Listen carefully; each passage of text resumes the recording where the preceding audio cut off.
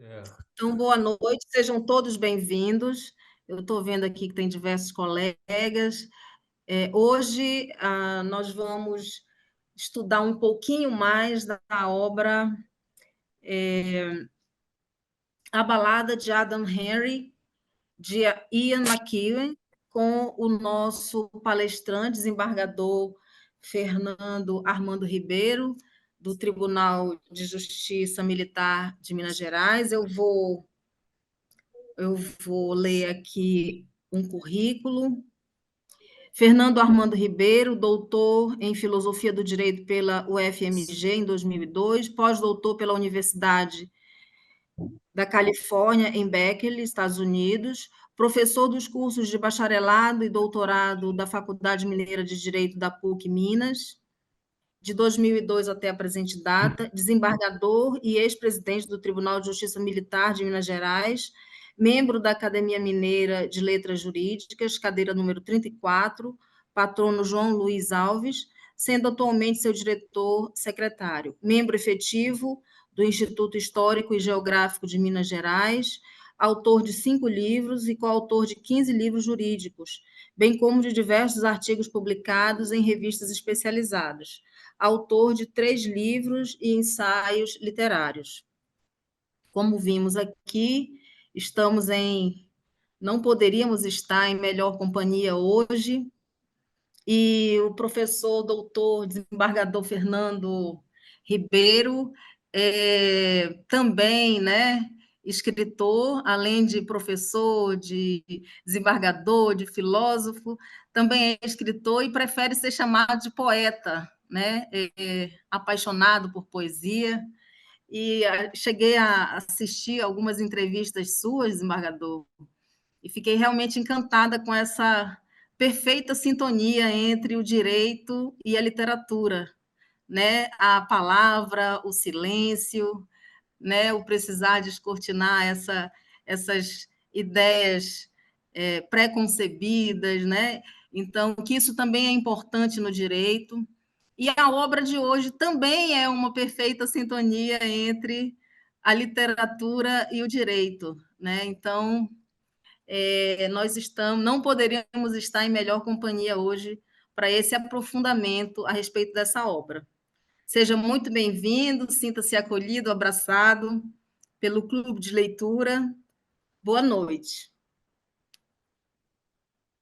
Boa noite a todas, boa noite a todos. Eu manifesto minha satisfação, é um prazer enorme estar aqui neste clube de leitura da nossa querida associação, a AMB, e eu vou iniciar minhas palavras aqui hoje agradecendo a presença de todos e o convite, e o faço nas pessoas do Kelps e da Lívia, e agradeço também a generosidade de suas palavras sobre o meu currículo mortis, porque isso tudo que ela falou é passado, não é? E acredito que, na verdade, o mais importante é exatamente a dimensão da vida que nós estamos compartilhando nesse momento com vocês. E, e eu espero que, apesar de estar com uma sinusite, o que nos compromete um pouco a fala, eu vou tentar compartilhar um pouco do meu entusiasmo, não apenas com essa obra, mas com esse tema, que é de fato o tema do qual eu gosto mais de falar, que é sobre direito e literatura.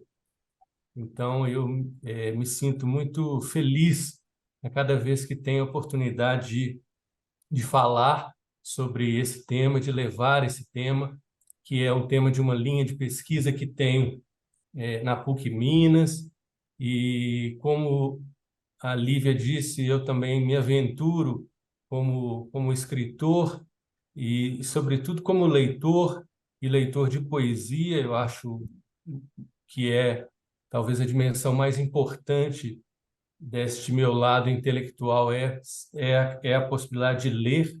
Eu sinto muito isso e por isso eu valorizo muito esses espaços que são os espaços de valorização da leitura. Hoje nós temos uma um certo declínio da leitura, e muitas pessoas se aventuram a serem escritores e muitas vezes não leem, e até não gostam muitas vezes de ler. E eu sempre gosto de lembrar Jorge Luiz Borges, que é um grande escritor argentino, né, conhecido de todos, e ele diz, né, na sua obra Sete Noites, que ele se via muito mais como um leitor do que como um autor. A dimensão mais importante para ele, enquanto intelectual, era a do Borges leitor, e não a do Borges escritor ou poeta.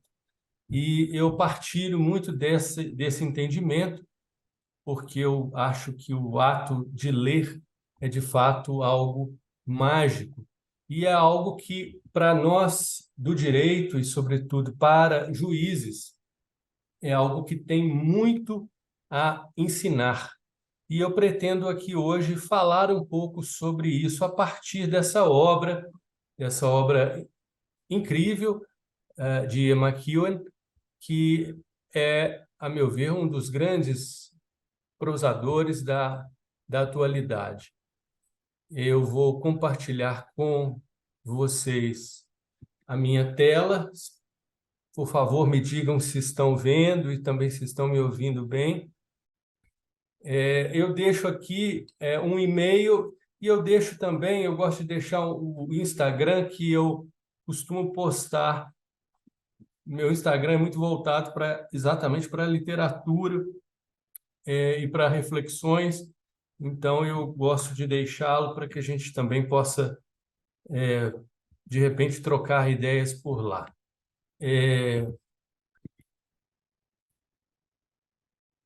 Bom, eu gostaria de iniciar com uma palavra sobre o título, mas antes mesmo do título, eu gostaria de fazer uma referência a uma entrevista a que tive acesso, que foi dada por Ian McEwan ao jornal inglês The Guardian, e que foi traduzida parcialmente para o português há muito tempo atrás, quando essa obra foi publicada pela Folha de São Paulo. Essa entrevista foi parcialmente trazida no caderno Ilustríssima da Folha de São Paulo, mas é uma entrevista muito interessante que quem tiver condições de ler a íntegra no original, que está no The Guardian. E na entrevista, McEwan nos fala um pouco sobre o gatilho para a escritura dessa obra. E ele nos revela que, certa vez, foi convidado por um amigo que é juiz para um jantar na casa de um profissional do direito, em que praticamente haveriam só juristas e apenas ele de fora da área. E em determinado momento, naquela tradição dos jantares ingleses, eles resolveram passar de uma determinada sala para uma biblioteca, onde seriam servidos alguns drinks, e ali começaram a se entreter, retirando livros da prateleira e lendo entre eles. E esses livros eram livros de jurisprudência. Sabem os senhores que a tradição do common law lida muito com a jurisprudência como a fonte primordial do direito. E eles estavam ali lendo decisões judiciais. E McEwan confessa que nunca tinha lido uma decisão judicial até então. E ele fica, então, estupefacto por entender que aquele texto ele tinha não só uma beleza própria e única, mas que, de certa forma, se configurava uma espécie de subgênero da literatura. E ele vai dizer que sente-se como se estivesse navegando nas águas do tempo e voltando a textos do século XVIII ou do início do século XIX, e encontrando uma forma de se escrever em pleno século XXI que ele julgava já superada há muito tempo. E aquilo capta a sua atenção, e por meio disso ele passa a prestar mais atenção às questões jurídicas e vai, inclusive, fazer um elogio muito interessante ao direito, dizendo que o direito lida com as mesmas grandes questões humanas com as quais os novelistas, os escritores se debatem há séculos: o amor, o crime, o ódio, a vingança, o afeto. E ele passa a entender que essa riqueza de elementos é algo que mereceria, de fato, uma atenção e uma vinculação com a literatura. E esse é um ponto que o motiva a escrever essa obra, cujo título, em inglês, é bastante curioso, porque se traduzirmos literalmente, traduz o nome de um estatuto normativo. Children Act é o ECA da Inglaterra. Portanto, o título do livro em inglês é O Estatuto da Criança e do Adolescente. Quando a editora Martins Fontes foi traduzir, resolveram não colocar o título literal para evitar que o livro terminasse nas prateleiras de obras jurídicas e não de romances. E, evidentemente, o fez de uma forma bem distinta. E aí, na tela, vocês podem ver, não é a obra que provavelmente a maioria deve ter lido a partir dela, a tradução da Companhia das Letras, que foi traduzida como A Balada de Adam Henry. A meu ver, a tradução, a opção de traduzir-se de uma forma distinta da literal, ela realmente faz sentido, mas confesso a vocês que a Balada de Adam Henry também me soa não muito adequada, ou não seria mais adequada, porque pode levar, na língua portuguesa, a uma confusão, sobretudo por parte de gerações mais jovens, do sentido de balada, o que é que se está falando. E, de certa feita, eu fiquei me perguntando se ali também já não teria uma estratégia editorial, uma vez que pode atrair, né, adolescentes que, por vezes, estejam divisando aí possibilidades e horizontes diferentes, bem diferentes daqueles que, de fato, ali se colocam. Esse fenômeno acontece algumas vezes. Aconteceu com Ferreira Goulart, sabem vocês? Ferreira Goulart teve uma obra das suas muitas obras, que é um livro fininho, inclusive, chama-se A Luta Corporal, que teve uma venda estrondosa, sobretudo para poesia. E, diante daquele fato curioso, ele começou-se a perguntar por quê, e, de repente, descobriu-se que era exatamente pelo título. Muitas pessoas compraram o livro de poesia achando que iam ter instruções sobre artes marciais. E, evidentemente, o livro A Luta Corporal é um livro maravilhoso, né? Mas nada tem de ensinamentos marciais. Bom, ah,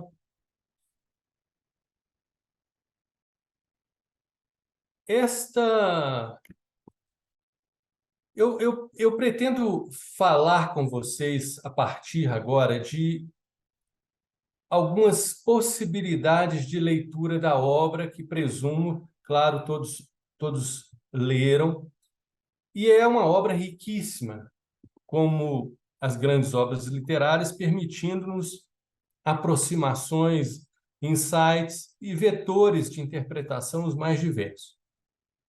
Dentre os muitos que eu tive ao reler a obra para esta apresentação, e ao reler a obra eu tive a sensação de que ela, de fato, é uma grande obra literária, porque eu tive a sensação de ler um novo livro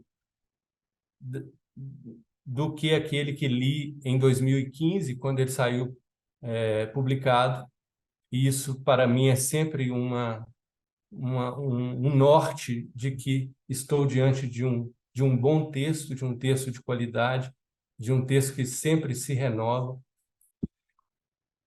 E eu começo a fazer alguma consideração sobre a personagem central da trama, a juíza Fiona, e que é uma juíza que, de certa forma, traduz essa visão de McEwan sobre a aproximação do direito com a literatura, pois ela é uma juíza erudita, uma juíza que mostra uma afinidade com as artes, com a literatura, com a música, e que nutre-se dessa afinidade para produzir as suas decisões, as suas sentenças.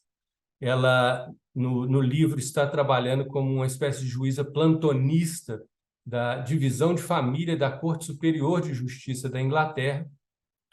E, desde o início da obra, nós estamos percebendo o quão assoberbada ela é. E há ali, a meu ver, uma dimensão quase kafkaniana, que é a de alguém que está vivenciando dramas pessoais, problemas pessoais enormes, e que, ao mesmo tempo, tem de deixá-los um pouco de lado para lidar com os outros grandes problemas que o seu trabalho lhe impõe. Esse é um tema que aparece recorrentemente em Franz Kafka, que é um autor absolutamente genial e que eu adoro, e que, se vocês repararem, ele está, de certa forma, presente nesta obra. Não é? O trabalho aparece ali também numa dimensão opressora e, mais do que isso, numa dimensão de posicionamento de tal monta absorvente que se torna quase um sufocamento existencial dos seus personagens. Esse é um tema kafkaniano e me parece que aparece logo no início da obra. Eu gostaria de me referir também às primeiras partes do texto, porque eu acredito muito no que o grande Gabriel Garcia Marques diz num dos seus livros mais interessantes, que é o Doze Contos Peregrinos. É um livro que, se o clube ainda não colocou para leitura, eu sugiro a leitura, que eu acredito que é um dos livros de contos mais bonitos jamais escritos na história da humanidade. 12 Contos Peregrinos. E nos 12 Contos Peregrinos, Gabriel Garcia Marques ele nos faz uma colocação muito interessante, que ele diz que o primeiro parágrafo de um romance ele exige do escritor uma energia, uma atenção, uma criação tão atenta e tão pungente que ele quase que exaure muitas vezes o escritor, porque neste parágrafo teria que estar contido, ele vai dizer tudo ou quase tudo. O caráter dos personagens, o tom, o ritmo, as questões e conflitos que vão voltar a aparecer mais adiante no texto. E, como McEwan é um grande escritor, eu prestei muita atenção aos seus primeiros parágrafos. E notei, confesso aos senhores, que na tradução para o português, me parece que não há uma citação do Estatuto da Criança que há no original de língua inglesa. A minha leitura do livro foi do original em inglês, mas eu peguei o texto, inclusive em PDF, da tradução em português, para conferir algumas coisas, e eu não sei se foi equívoco meu, mas eu não vi a citação do artigo 1º do Children Act abrindo o texto do livro, como existe no original em inglês. Talvez haja e eu não tenha me atentado. Mas no original existe a citação e a passagem do artigo que ele cita é de que, nas questões que chegarem à decisão jurisdicional, o bem-estar do menor deve ser o parâmetro principal a ser assegurado pelo julgador. Para além dessa epígrafe, que é já bastante chamativa para o centro da obra, nós temos no primeiro parágrafo, tal qual disse Garcia Marques, inúmeros elementos dos problemas que vão ali desaguar. Temos ali os sinais da vida assoberbada de Fiona. Afinal, ali está dito que ela está num domingo em casa, não é? E lidando ali com rascunhos de minutas que ela terá de produzir durante a semana, sobretudo no próximo dia, de decisões que virão. E ela olha para um lado e vê um vaso sem regar,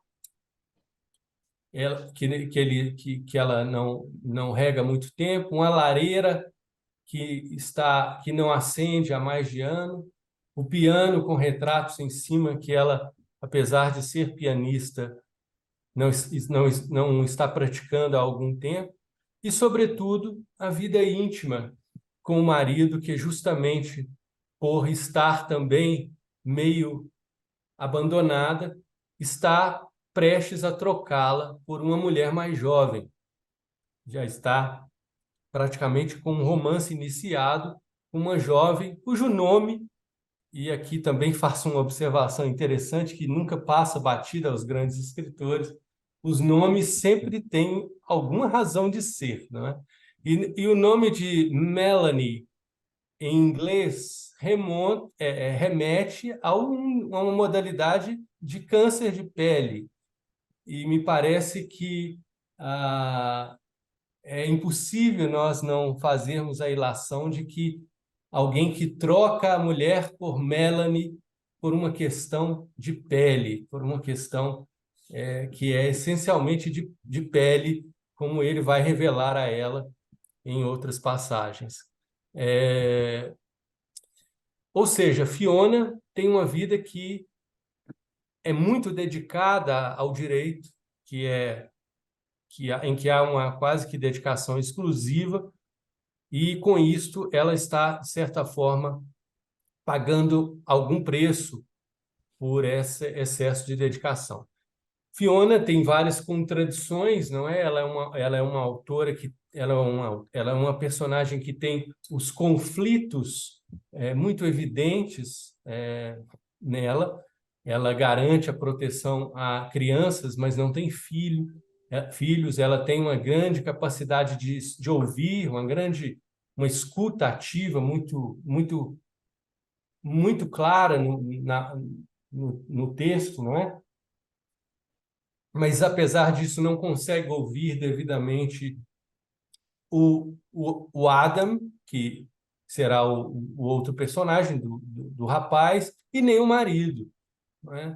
Ela tem grande expertise em resolver problemas de família, mas defronta-se com a desagregação da sua própria. E há, inclusive, uma passagem que é a da posse dela, em que McEwan coloca como se, no momento em que ela fosse empossada, ela estivesse se sentindo um pouco como se estivesse iniciando uma vida monástica, como se fosse uma clériga, uma freira que agora se dedicava ao direito.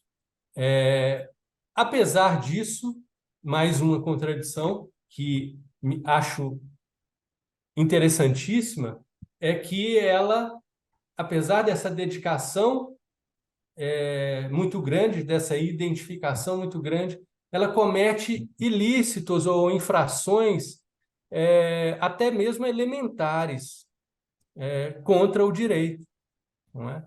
E isso também é algo muito revelador da riqueza e da tensão inerente à sua personalidade. Grandes escritores geralmente pensam e concebem personagens que têm essas contradições, que têm esses conflitos, não é?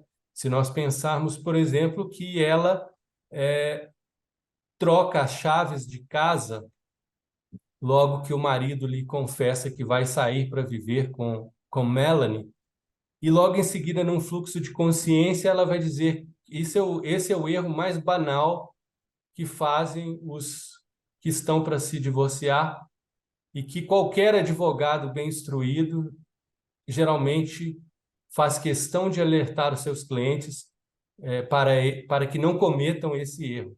E ela comete. E, mais ao fim da obra, comete aquele outro de beijar, não é, o Adam Henry, e entrando aí numa infração que, caso fosse comprovada, possivelmente na Inglaterra, poderia pôr fim à carreira jurídica dela, como ela mesma chega à conclusão numa reflexão de ordem de fluxo de consciência. Uma coisa muito interessante é que nós percebemos ali, e McEwan diz isso na entrevista, que algo que chamou a atenção dele foi esse ato dos juízes se lerem uns aos outros, assim como os escritores, e muitas vezes não serem muito benevolentes nessa leitura. E nós vemos que Fiona é uma juíza que lê decisões de seus colegas. E na obra aparece, a partir dessa sua leitura, um dos temas que, a meu ver, são explorados como pano de fundo da obra como um todo, e que aparece pela primeira vez justamente em uma dessas suas leituras, que é o tema do erro judicial. Nós sabemos que o erro judicial é um elemento reconhecido pelos ordenamentos jurídicos como um todo. As ações, a revisão criminal, a ação rescisória, são o reconhecimento formal dos ordenamentos jurídicos a essa possibilidade, e diriam que o direito, né, lida com o acerto, mas tem o erro nas suas franjas, nas suas bordas. Mas o livro de McEwan me parece, às vezes, tangenciar algo não tão otimista, e que me lembra um pouco o livro The Bleak House, A Casa Sombria, de Dickens, que é uma crítica muito pungente ao sistema judiciário e que trabalharia certamente com a premissa oposta, não é? De que o direito lida com o erro e tem no centro o erro, e nas franjas teria o acerto. Eu falo isso porque me parece que o erro judicial ele aparece em muitos casos do livro e com configurações diferentes. Você vai ter desde daquele caso que fica no erro apenas da parte policial e investigativa, e depois chega ao judiciário e não, o judiciário reforma ou não dá sequência àquele mesma série de erros, né, que ocorre no caso do estupro. Mas nós temos aquele caso do infanticídio, que ela revela ao olhar para um colega que a esperava na porta da sua sala, e ela nos diz que era um dos poucos juízes por quem ela tinha uma dificuldade de convivência. E isso não se devia a ser ele uma pessoa difícil ou uma pessoa de gênio temperamental, que, ao contrário, era uma pessoa afável e muito brincalhona, mas que todas as vezes que o via se lembrava de um determinado caso em que esse juiz participou, em que foi condenada uma mãe por infanticídio de 2 gêmeos, a partir de uma estatística que foi levada a extremo como prova, e concluíram, praticamente baseado nela, que não se poderia presumir a morte de 2 crianças ao mesmo tempo por aquela doença que era tão rara e acometia tão esporadicamente pouquíssimas crianças. Então, que a morte de 2 provavelmente era um atestado de que algo mais teria havido. E não, nada mais havia. E essa senhora, como sabem, foi inocentada, depois foi absolvida em uma corte de apelação, mas já tinha ficado presa um grande tempo, já tinha tido sua reputação arruinada pela imprensa, e quando sai da prisão é uma alcoólatra, perde o emprego, tem o desprezo das pessoas. Lembra muito o personagem de Cranquebile, o grande conto que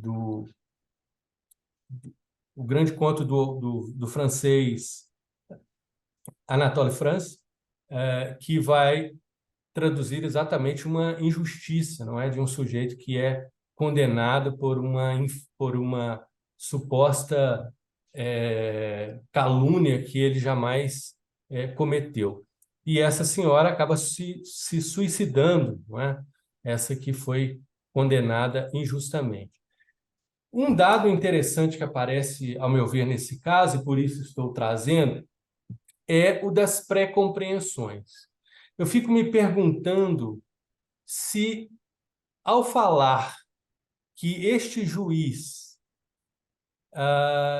tinha uma relação muito intensa com crianças, pois ele era um, um benemérito de instituições caritativas na Etiópia, que passava grande parte do seu tempo livre se dedicando a essa questão humanitária de ajudar e salvar crianças.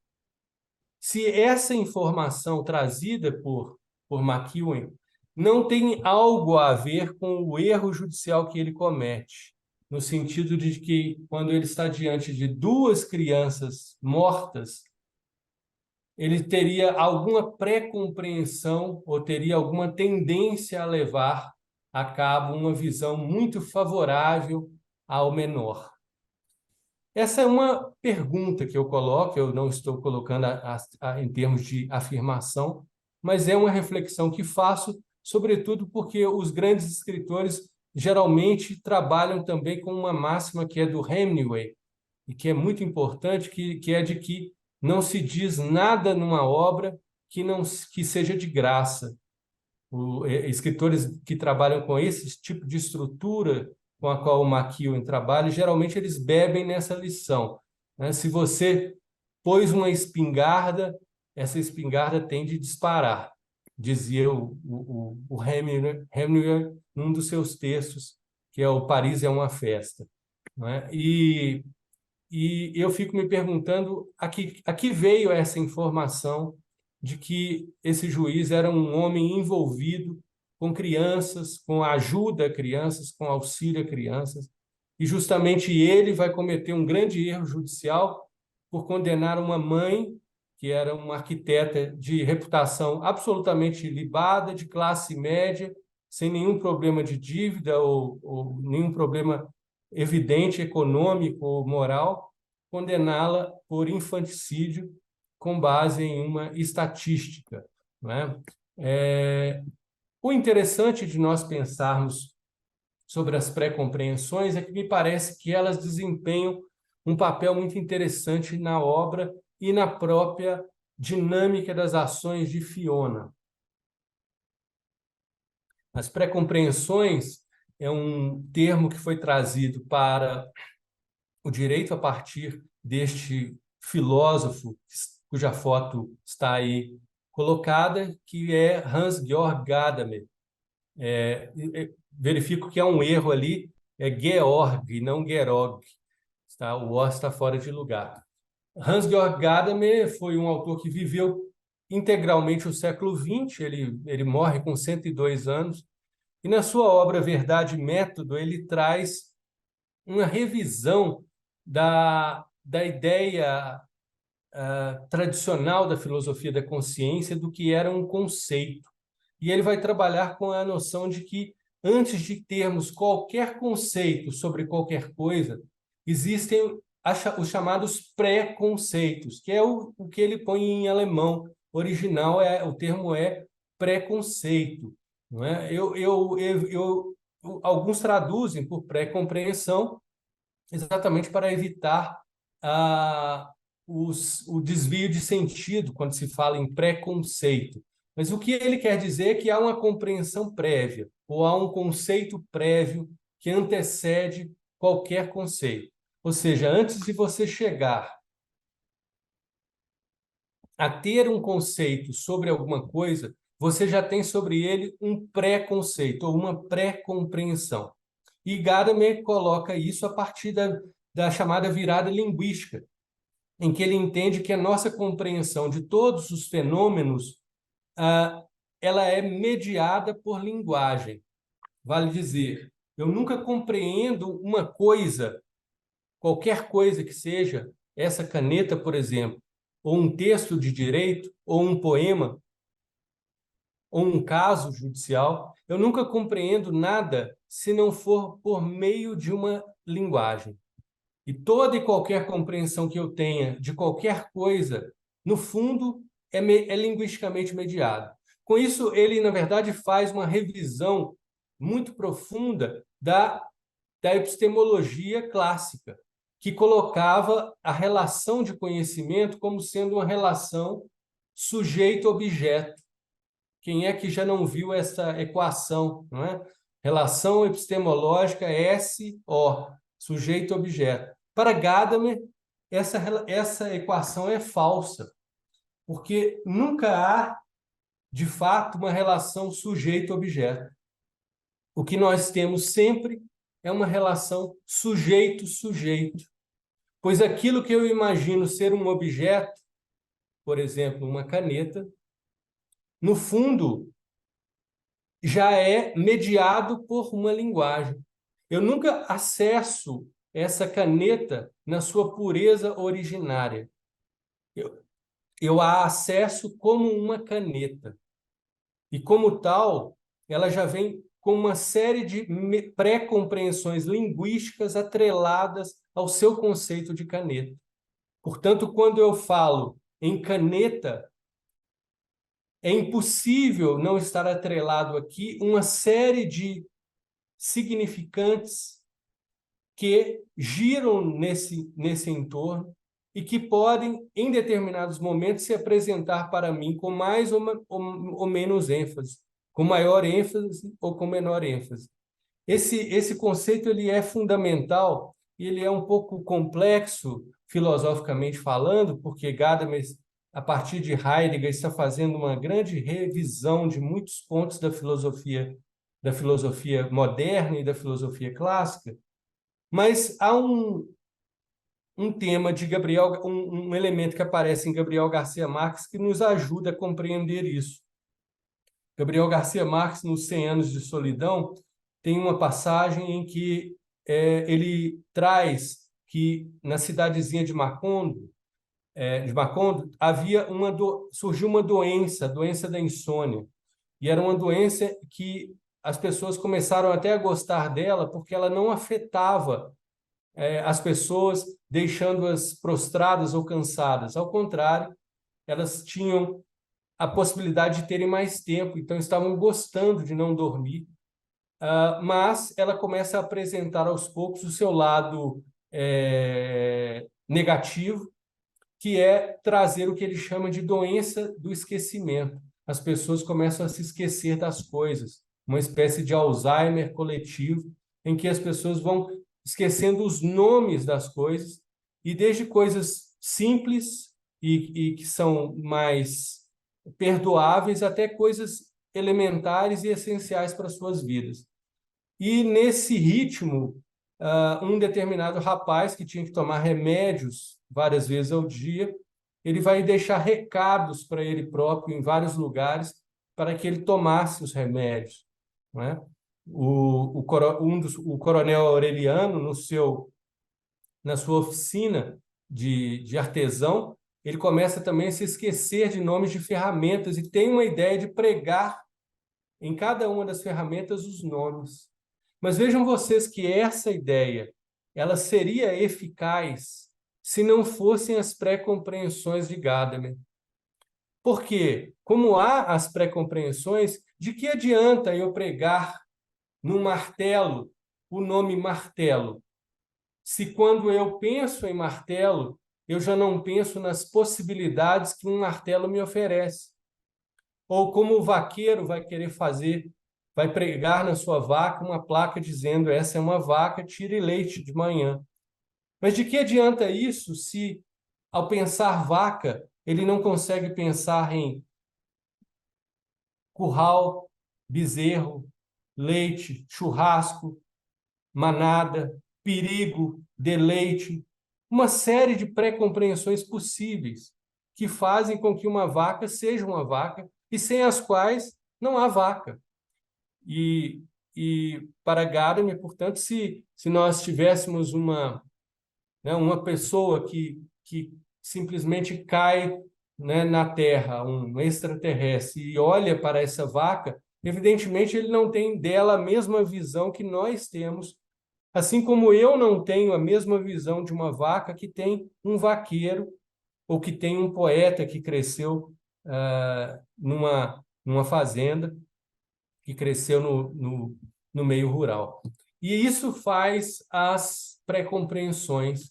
E os juízes são pautados por pré-compreensões. Portanto, me parece que uma das questões que o McEwen está suscitando como um problema é justamente o da humanidade dos juízes. Como é que você vai ter realmente uma justiça total, não é? Se os seres humanos são limitados e falíveis. Me parece que isso está tangenciando a trama. E eu gostaria de compartilhar com vocês aqui 3 chaves interpretativas que tenho sobre o ponto central da trama, que é exatamente a questão da decisão sobre a transfusão de sangue ou não. Primeiramente, me parece que há uma possibilidade de ver um certo ceticismo. Isso me revelam algumas outras obras de McEwen, que me parece uma pessoa um pouco atormentada com o caos reinante no mundo, com os dramas inúmeros com que o ser humano com que o ser humano se digladia, com que, né, todos se enfrentam todos os dias. Em determinado momento dessa própria obra mesmo, num dia de absoluto caos, Fiona vai ligar a televisão e vai ver tragédias ainda tanto maiores em outras partes do planeta.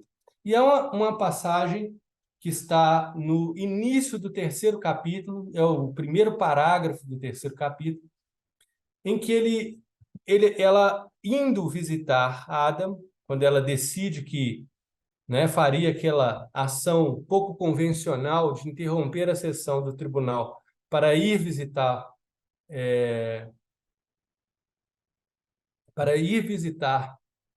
o paciente, ela cita Wordsworth, que é um poeta do romantismo inglês, e ela está atravessando de táxi, não é?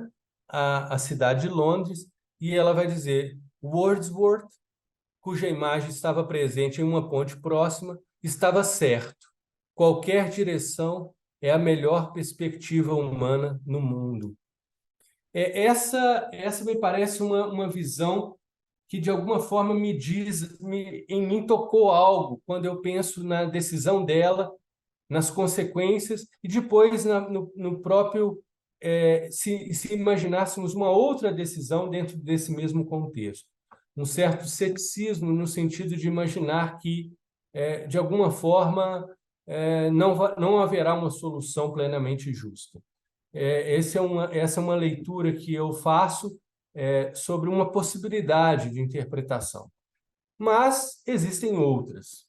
Um outro ponto que me vem à tona e que eu acho muito interessante é nós pensarmos que nessa obra nós temos a transfusão, nós temos transferências e nós temos a imparcialidade judicial. A transfusão, primeira e mais visível, é a transfusão de sangue, não é? E Fiona decide visitar Adam para esclarecer dúvidas sobre sobre a sua capacidade de compreensão, que na Inglaterra é um elemento importante, porque constitui aquilo que eles chamam de Gillick Competence, que é o saber se um menor de 16 anos teria condições, teria consciência para autorizar um tratamento médico sem autorização. E essa Gillick Competence, ela tem normativo prevendo a sua utilização. Portanto, há discussões no tribunal, não é? Quando as razões orais que vêm exatamente se perceberem tentando explorar essa dimensão, não é? Um médico dizendo sobre a inteligência de Adam, alguém perguntando para o pai, outros também falando sobre isso, sobre a sua consciência, sobre o fato de não estar tomando remédios, sobre os remédios não estarem, melhor dizendo, afetando a sua compreensão. E ela vai sair, vai visitar Adam, dizendo que também queria mostrar a ele que ele não estava sendo julgado por uma burocracia impessoal. De qualquer forma, ela toma uma atitude que não é a mais ortodoxa, e ao fazê-lo, fico me perguntando também, e compartilho a pergunta com vocês, se não haveria algo mais nessa sua ação. Afinal de contas, numa outra passagem, nesse mesmo capítulo 3, ela vai dizer: isso Fiona decidiu enquanto seu táxi parava em meio ao trânsito intenso na ponte Waterloo. Ou era sobre uma mulher à beira de um colapso, cometendo um erro sentimental de julgamento profissional, ou era sobre um garoto livre das crenças de sua família e seita pela intervenção íntima de um tribunal secular. Vejam vocês que essa passagem me parece muito curiosa. É um fluxo de consciência dela também no táxi, né? E ela vai estar dizendo o que aquilo significa. O que eu estou fazendo aqui, né? O que eu estou fazendo deixando a minha corte já ao anoitecer para fazer uma visita ao rapaz no CTI de um hospital? Será que isso é sobre o quê? E ela mesma nos diz: ou é sobre uma mulher à beira de um colapso, cometendo um erro sentimental de julgamento profissional, ou é sobre um garoto livre das crenças de sua família e seita pela intervenção íntima de um tribunal secular. Essa passagem me parece muito significativa, porque aqui nós vamos ter duas questões que são muito importantes, não é? Primeiro é essa questão de perguntarmos sobre a imparcialidade de Fiona. Fiona poderia nos levar a crer aqui que ela estava, de certa forma, se aproximando desse rapaz para além do que os limites éticos da profissão recomendariam. E nos diz também de uma coisa muito curiosa, que é o fato de libertar alguém das crenças da sua família e da sua seita, através de uma intervenção secular. Esses são problemas que eu vou explorar daqui a pouquinho com vocês. Mas antes, eu acho interessante, reforça esse ato, o fato de que a Fiona no encontro com Adam, ela claramente ultrapassa aquilo que seria, no senso comum, entendido como os limites exigidos por uma imparcialidade. Isso fica claro pela reação de Marianne, que é a mulher do Conselho Tutelar da criança, que a acompanha na visita. Quando ela começa a ler com Adam os poemas, Marianne, em alguns momentos, parece que vai intervir, e quando ele toca o violino, então, e ela canta, Melanie esboça uma reação de total estupefação, de total choque, e pensa exatamente em entrar ali de certa forma, interromper aquelas coisas, porque achava que aquilo estava passando dos limites, não é? Então, ali fica claro ali uma certa... o fato de que houve uma aproximação talvez um pouco maior do que o recomendável, e uma pergunta também: não estaria ali Fiona vendo em Adam o filho que ela gostaria de ter tido? Ou seja, nós temos ali a transfusão e a transferência. Fiona passa a transferir para Adam, de certa forma, uma visão de um filho, que inclusive ela havia narrado pouco antes, no capítulo 2, no momento em que ela está se dirigindo a pé à corte, pensando no marido e pensando no que seria sua vida com alguns filhos. E, inclusive, ela pensa na possibilidade de um filho que não tem muito sucesso na escola, mas que consegue se tornar um pianista muito melhor do que ela. E Adam, por sua vez, não teria, após a decisão de Fiona, e talvez em razão tanto da aproximação que ela lhe deu, quanto das palavras que ela usa na decisão, não estaria Adam também passando a ver em Fiona um novo fundamento existencial do qual ele tanto carecia? Aparece ali, a meu ver, um elemento que McEwen gosta muito de explorar nas suas obras, que é o da obsessão, né? Sugiro, por exemplo, sobre esse tema. Esse tema aparece muito brilhantemente, talvez seja o tema central de uma das suas obras que eu mais gosto, que é Atonement, reparação, né? E esse tema da obsessão, ele é ele também, a meu ver, encontra ecos aqui na figura do Adam, que passa a ficar também obcecado com Fiona, desenvolvendo com relação a ela uma espécie de amor platônico, que não deixa de ter algo de religioso, não é? Na medida em que é algo que, de certa forma, não se materializa, não se realiza. Mas, por fim, eu chego a uma outra possibilidade que me parece muito interessante na interpretação da obra, que é o que eu chamei de recusa à transfusão de horizontes hermenêuticos, que vai se revelar uma recusa à polifonia. Aqui eu faço, mais uma vez, alusão a um conceito que é do Gadamer, que nós vimos agora há pouco, ali atrás, o filósofo de Heidelberg.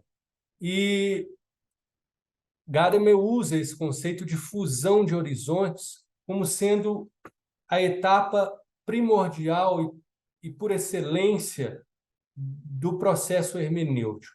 Fusão de horizontes é exatamente quando o intérprete, dando-se conta dos limites da sua compreensão, ele abre-se a partir do diálogo a que o texto que ele interpreta lhe fale coisas que ele ainda não percebia. Ou seja, é uma abertura das próprias pré-compreensões. Se nós pensarmos essas pré-compreensões como algo que conforma, as pré-compreensões têm um lado muito bom, porque elas são condições de possibilidade, não é? Elas fazem com que nós tenhamos condições de acessar as coisas, vale dizer, se alguém abrir aqui um reator atômico nesta sala em minha frente e disser, Fernando, faça perguntas, eu vou dizer, bacana, pode fechar. Eu não tenho pergunta nenhuma para fazer. Eu não tenho pré-compreensão nenhuma sobre um reator atômico. É claro que existem milhares de perguntas a serem feitas diante desse mesmo objeto que pessoas outras poderiam ficar aqui a noite inteira fazendo. Eu simplesmente vou dizer, interessante, pode fechar. Eu não tenho pré-compreensões que me possibilitem o acesso a um reator atômico. Mas, ao mesmo tempo que as pré-compreensões são importantes porque elas nos permitem acessar as coisas, elas também podem se tornar perigosas porque elas tornam uma determinada compreensão da coisa como a compreensão da coisa. Elas fecham, elas velam. Por isso, na hermenêutica se usa muito o termo desvelar, não é? E a fusão de horizontes é exatamente o momento em que você consegue fazer o desvelamento. Ou seja, você consegue que algo novo lhe seja dito a partir daquilo que você interpreta. Isso é, inclusive, uma dica que Gadamer dá em uma de suas obras. Ele vai dizer, se você, ao ler um texto, depara-se com aquela questão de que nunca pensei dessa forma, nunca tinha imaginado isso, saiba que você está num bom caminho. Você está num bom caminho interpretativo. Você está num caminho possível de fusão de horizontes com o texto, abrindo as suas pré-compreensões para que o texto lhe pergunte e você o pergunte. São perguntas recíprocas, porque o texto também nos pergunta, vai dizer Gadamer. E a conversa com Adam no hospital deixa, a meu ver, clara a confluência que havia para ele entre religião, poesia e a própria ciência. Em alguns momentos, ele chega a justificar o seu pensamento diante de Fiona, usando como argumento algo que o seu professor de física havia revelado. E ele vai dizer que determinados poetas também falaram essa mesma coisa sobre o tempo. E que, portanto, se a religião, a ciência e a poesia diziam a mesma coisa, é porque aquilo estava certo. Ora, como boa ouvinte a Fiona não poderia, a meu ver, deixar de perceber algo que é bastante nítido, que é o de que a vida de Adam tinha uma ligação muito densa e muito pungente com as palavras e com a capacidade que elas têm de convencimento. Em algum momento ela diz que percebeu claramente que ele estava longe de apenas ecoar o que os pais repetiam para ele. Ela ouviu na voz dele algo mais do que isso.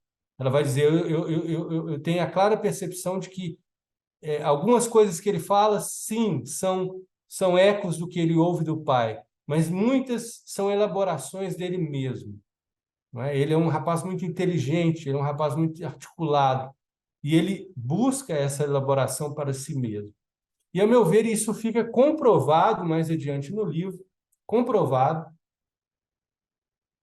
quando Adam revela lá para frente, na segunda carta que envia a ela, que havia rompido com os pais, porque desde o momento da transfusão, quando ele os viu chorando, e depois descobriu que eles estavam chorando de alegria por ele não ter morrido, ele entrou numa crise profunda com questionamentos filosóficos sobre a sustentação dos postulados da religião.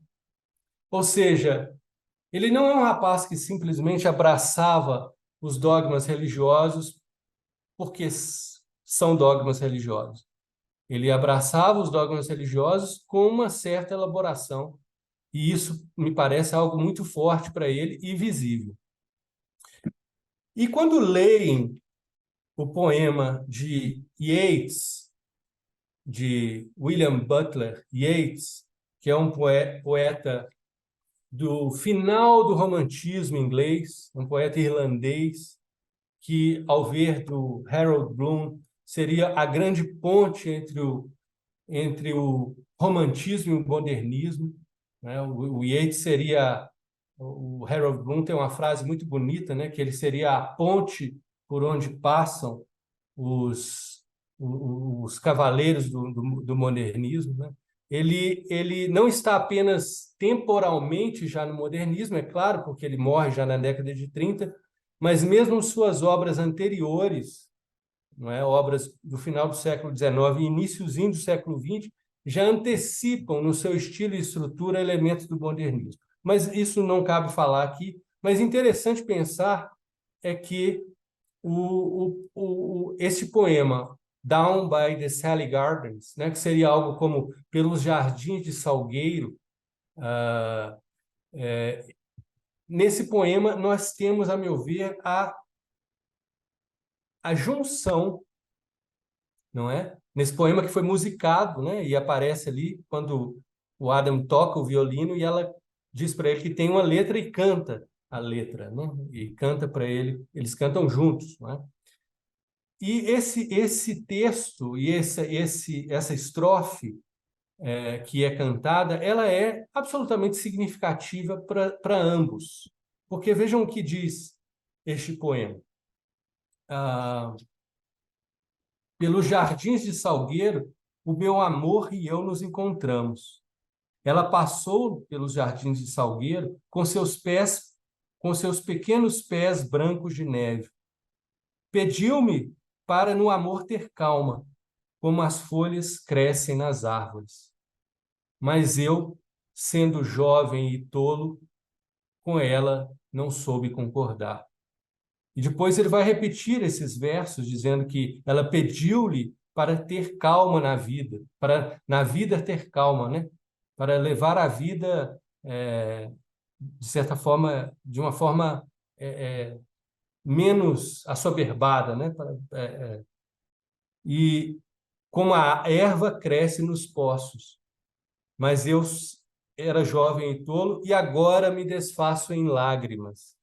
Quer dizer, é um poema de alguém que, de certa forma, é um poema melancólico, né? E um poema de alguém que, de certa forma, tomou caminhos que seriam caminhos mais de afogadilho, caminhos de um estilo de vida que não seria um estilo de vida tão tranquilo e que, num determinado momento da vida, se arrepende disso. Veja que esse, esse, esse mote ele serve para ambos. E talvez por isso tenha ele falado tanto, porque, veja, para ela é quase um recado, né, de tudo que estava acontecendo na sua família ali, o seu marido saindo de casa, não é? E para Adam também não deixa de sê-lo, porque poderia ser um recado para alguém que leva tão a ferro e fogo os preceitos de uma religião, a ponto de estar vivendo aí um drama sobre a sua própria vida.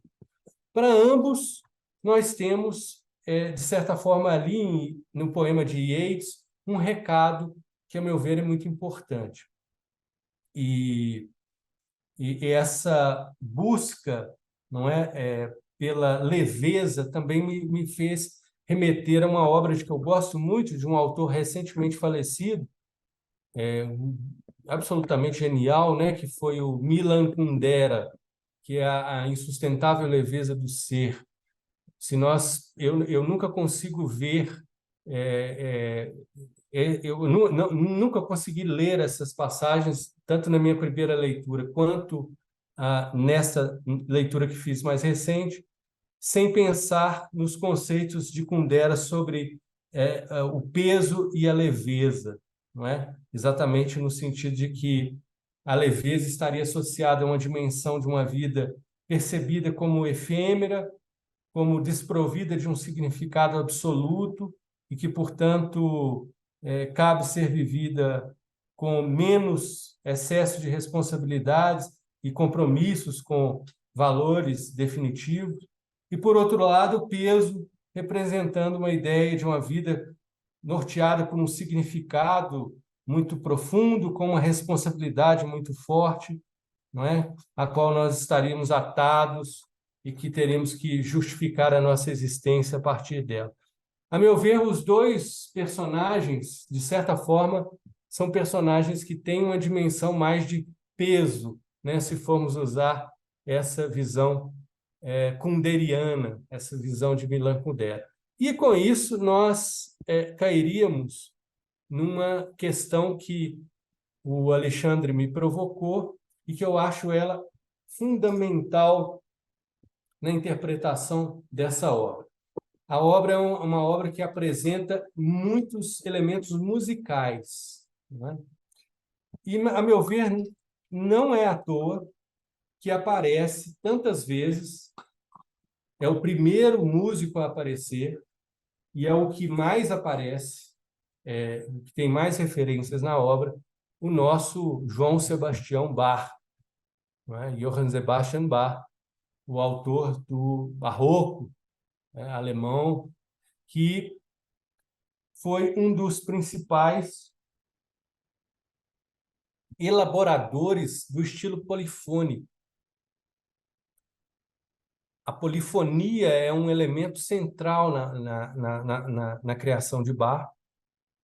Quem toca instrumentos e conhece de música sabe que a grande dificuldade que algumas peças suas têm não são as mesmas dificuldades que peças românticas, por exemplo, têm, dificuldades técnicas, de velocidade ou coisas parecidas apenas, mas, sobretudo, a junção das muitas vozes, não é? Para quem não é tão versado em música, a ideia da polifonia é o fato de que você tem como se fossem várias melodias dialogando entre si complementarmente. Se você pensar, por exemplo, a ideia, né, uma ideia simples de música, como uma expressão, por exemplo, de uma música, um violão com um cantor, né, alguém tocando a base, os acordes, e o violão e o cantor cantando, como geralmente a gente ouve tanto, né, nas esquinas do Brasil. Nesse momento nós temos, é claro, muitas notas. O violão faz várias notas, a voz humana faz outras, mas ali não necessariamente está havendo uma polifonia, porque a polifonia acontece quando você tem melodias que se colocam complementarmente e muitas vezes em contraponto tensional, que no caso de Bach ele resolvia, né? Na música já mais contemporânea, a partir da música serial e da música popular contemporânea, música jazz fusion, né? A música do século XX, você já não resolve necessariamente essa tensão. Mas o interessante da polifonia baquiana é que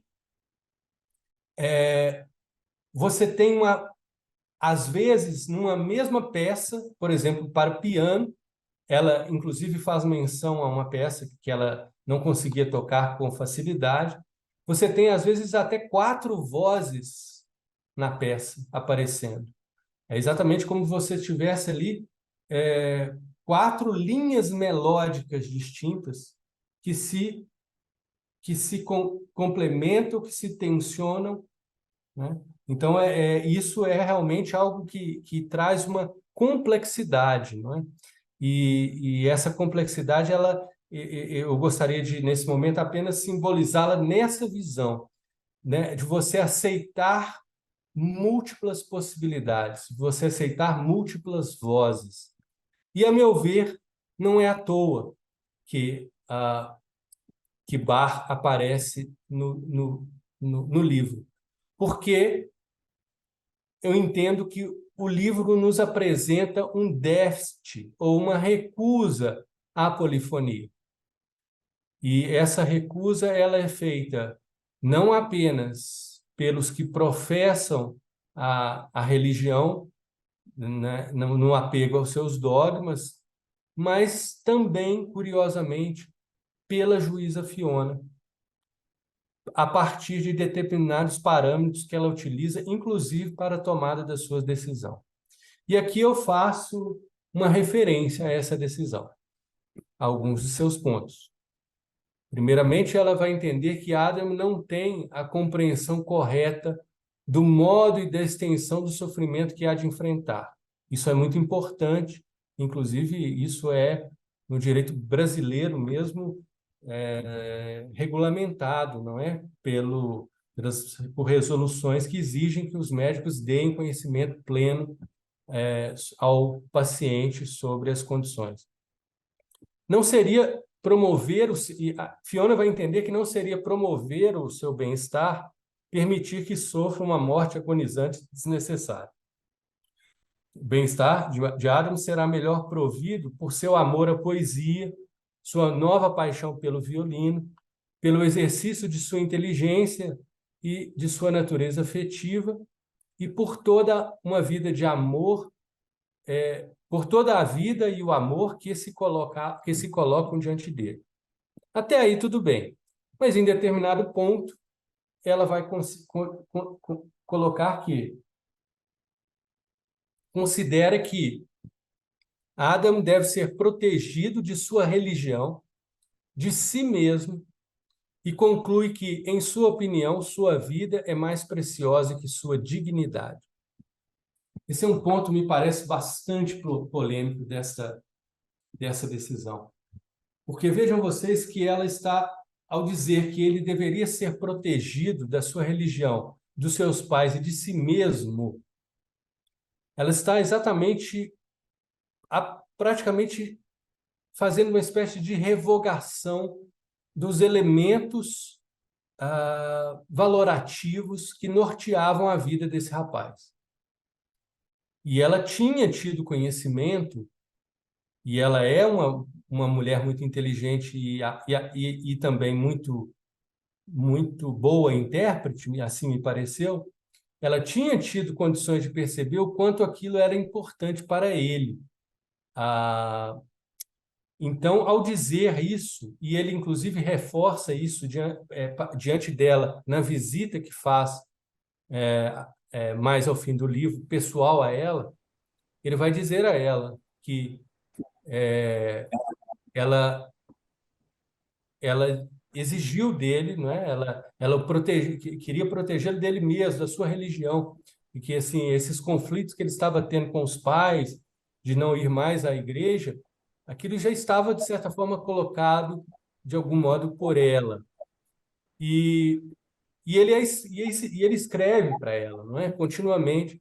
Ela faz rascunhos, mas não envia. Acha que estava demasiado, o estilo estava muito frio. E na visita em Newcastle, o Adam revela para ela o quão foi importante para ele perceber a capacidade dela de fazer perguntas e de escutá-lo. Ele, em determinado momento, ele fala, mas você, né, desconstruiu essa religião dos meus pais. Ele fala isso com outras palavras, mas ela diz, eu jamais critiquei. E ele fala, não, mas você, com a sua capacidade de fazer perguntas e de me escutar, você foi me mostrando os limites da religião dos meus pais, né? E ele chega a dizer que, numa determinada passagem, que ela simbolizou para ele como se fosse um adulto que estivesse chegando em um quarto em que crianças brigavam e simplesmente dissesse: parem já com esse absurdo, é hora do chá. Essa autoridade, né, que ela ganhou, a autoridade do juiz, né, que é muito importante aí, me parece fundamental. E essa autoridade que ela ganhou, me parece que ela mereceria, da parte dela, uma atenção maior a, a um suporte humano maior a Adam depois daquela decisão. Porque me parece que seria bastante evidente que uma pessoa como ele, naquele momento que ele estava vivendo e com aquele perfil que ele tinha, teria problemas muito grandes para se adaptar a essa nova vida. E me parece... Desembargador Fernando, Pois não. me permita, em razão do horário, Ah, nós sim, estamos claro. preocupados com o tempo dos debates, mas fique à Ah, sim, vontade. claro. Não, eu estou finalizando, é a minha última fala aqui. Me parece que o beijo que ela dá em Adam, ele tem ele é uma, digamos, um último passo nesse manancial de desconstrução da própria autoridade. Me parece que a partir dali, inclusive, ele já não olha para ela, não é, no carro, e, e me parece que há um comprometimento muito grande desse novo horizonte que ela ofereceria para ele, né?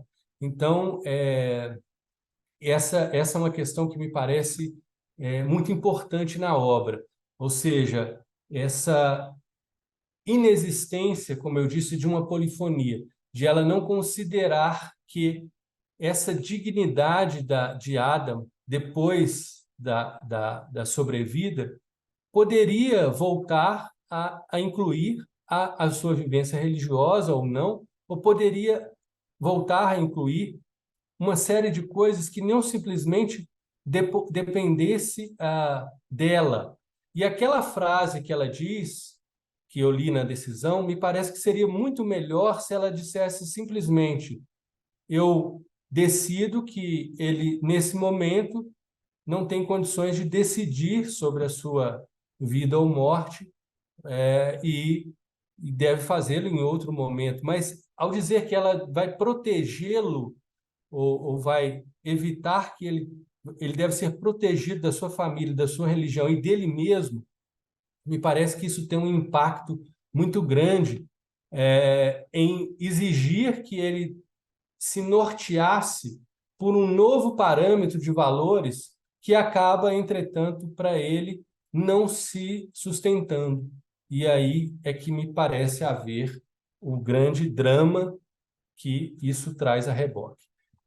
Me desculpem aí o excesso, é porque são muitas coisas. E muito obrigado, Lívia. Volto a palavra para você.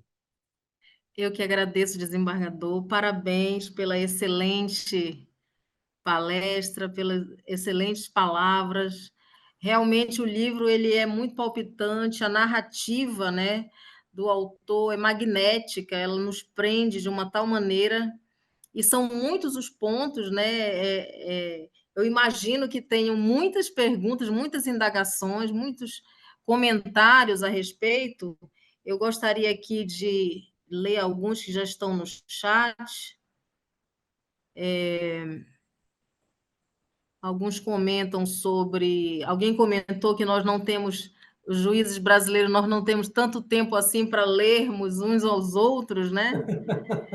Em razão da carga de trabalho.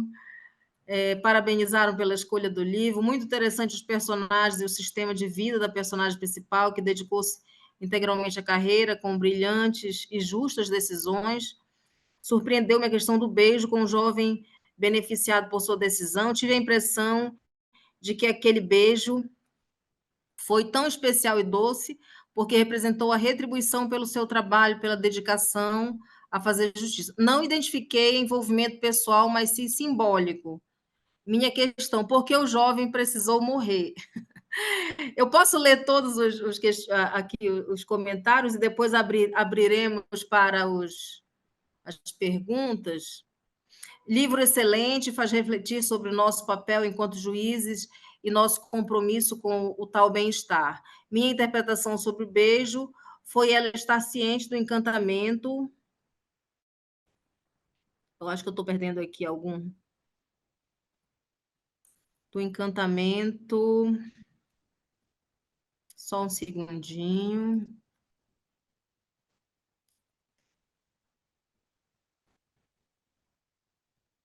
Está ciente do encantamento do menino e permitiu que eles ultrapassassem um limite perigoso, vi algo bem mais do que o simbólico e por isso a culpa. A respeito do beijo, tem alguns realmente comentários. Ou que após responder ao beijo, reconhecimento por sua atuação, em compensação à sua dedicação.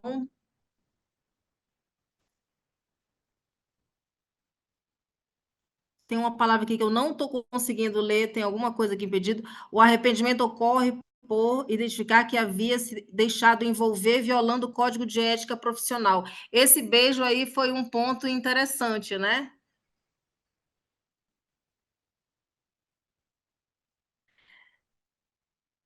Ela se identificou também com o marido em virtude desse processo. Também vi, aqui a Gabriela Irigon, também vi assim quase um perdão ao marido. E a Carolina, porque acredito que até então ela não se imaginava capaz de ultrapassar esses limites.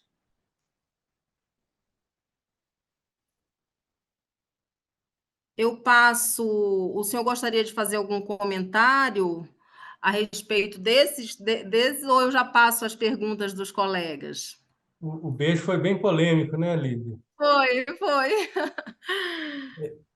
Assim, interpretação é sempre algo muito rico, né, e muito bom da gente compartilhar dessas várias possibilidades de leitura. Mas me parece que o beijo da cena em que ela é visitada por Adam em Newcastle, eu estou até tentando localizar aqui no livro a, a passagem específica para lê-la.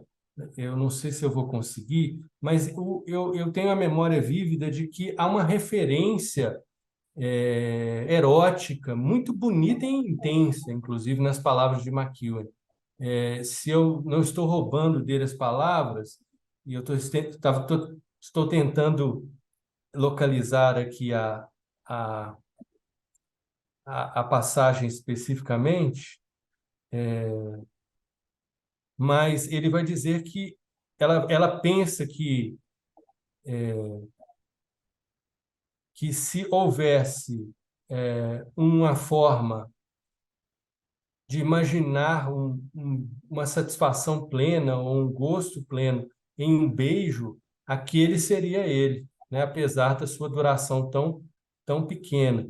Então, eu acho que tem uma descrição, inclusive, muito poética, muito bonita, é, dessa cena do beijo, e que, a meu ver, a minha interpretação também é levada pelo local em que foi feito.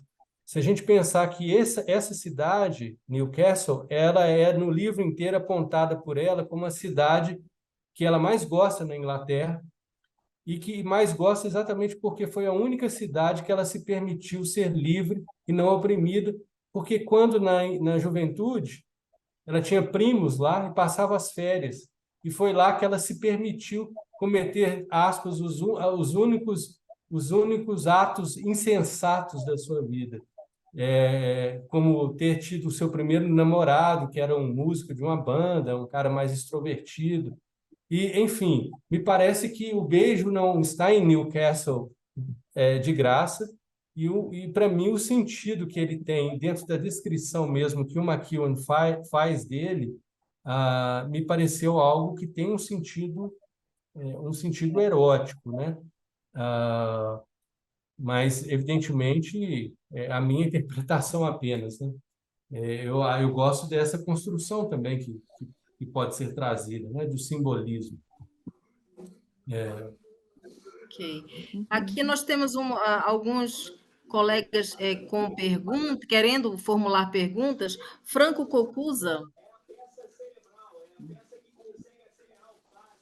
Boa noite para quem ainda não conversei. Fernando, parabéns pela palestra, coisa maravilhosa. Eu vou confessar que eu que sugeri o livro. Eu li esse livro também em 2015, quando ele foi publicado. Eu lecionava Direito Constitucional e eu fazia um trabalho com filmes, com meus alunos, e também tinha aquelas atividades complementares, você é professor, você sabe. E aí eu dava 3 livros como sugestão para fazer uma sinopse, um comentário e tal. E depois a gente debatiu o livro, debatiu os 3 livros e tal. E esse livro, nossa, ele fez muito sucesso, mas muito sucesso com os alunos. Foi um livro assim, muito legal. Eu não vou tomar muito tempo aqui, não, porque eu sei que os colegas têm muita coisa para falar. Só uma coisa assim, você estava falando de obsessão, eu já li a obra inteira, só o último livro do Ian McEwan, e ele tem um livro chamado Amor Sem Fim. Você chegou a ler esse livro? Amor Sem Fim. Nossa, esse livro ele é fantástico com a questão da obsessão, na verdade. Aquele livro dele, Sábado, também, é um livro, é um livro, já leu também, o Sábado? Nossa, fantástico. Não, nossa, fantástico. É um livro que é o livro inteiro, é um dia só. O que acontece num dia, mas é tanta coisa, que é um verdadeiro absurdo, assim, eu adoro ele como escritor. Eu não vou entrar no. O beijo está mais ou menos na página 150, 149 a 152. Estava quase achando aqui quando eu fui chamado aqui. Está mais ou menos aí. Se alguém tiver tempo para dar uma procuradinha, já vai achar o parágrafo exato do beijo. Então, eu vou passar a palavra para os colegas aqui, porque tem muita gente com muitos questionamentos, e eu vou me pular aqui de perguntas. Parabéns, Fernando. Adorei demais, demais, demais, viu? Obrigado, Fran. Obrigado, viu? Palavra, colega Renata Manzini.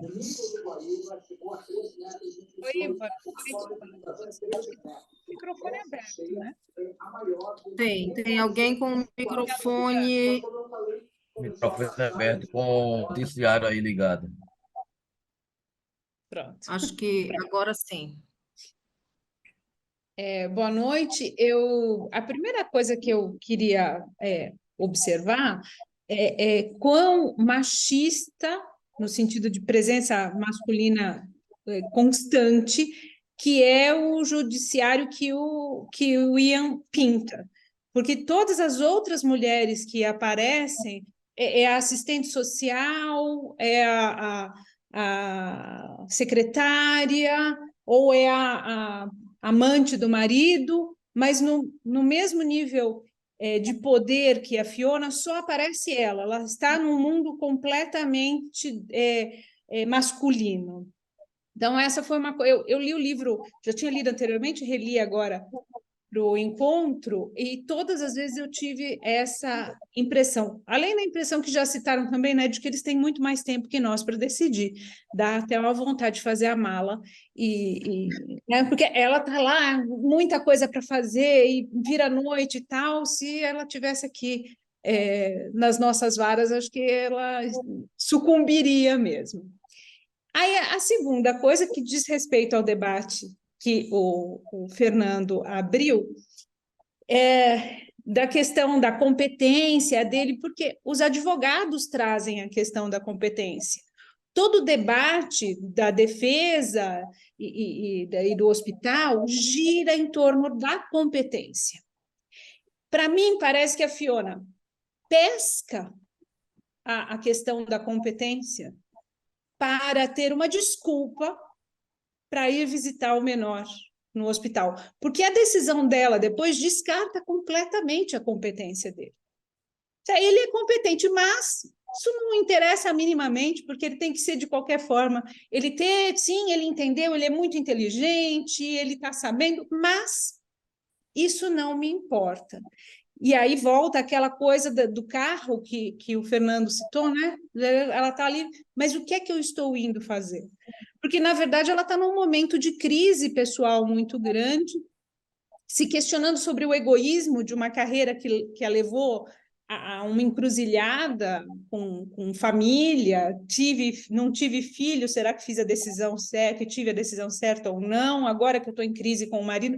Então, acho que ela estava realmente, quer dizer, evidentemente, num momento de crise, e ela precisava de um contato humano. E, naquele momento, ela encontrou esse gancho para ir lá e ter esse contato com o menino e estabelece uma relação humana que talvez ela nunca tivesse estabelecido antes, no caso, né? E depois a decisão que ela toma é uma decisão de afeto, de amor. Ela não queria que ele morresse. Então, uma decisão, quaisquer argumentos que ela usar ali, são argumentos que ela racionaliza, mas que ela racionaliza o desejo dela de ver esse menino viver, né? Então, eu pelo menos interpretei assim esse grande dilema humano da personagem.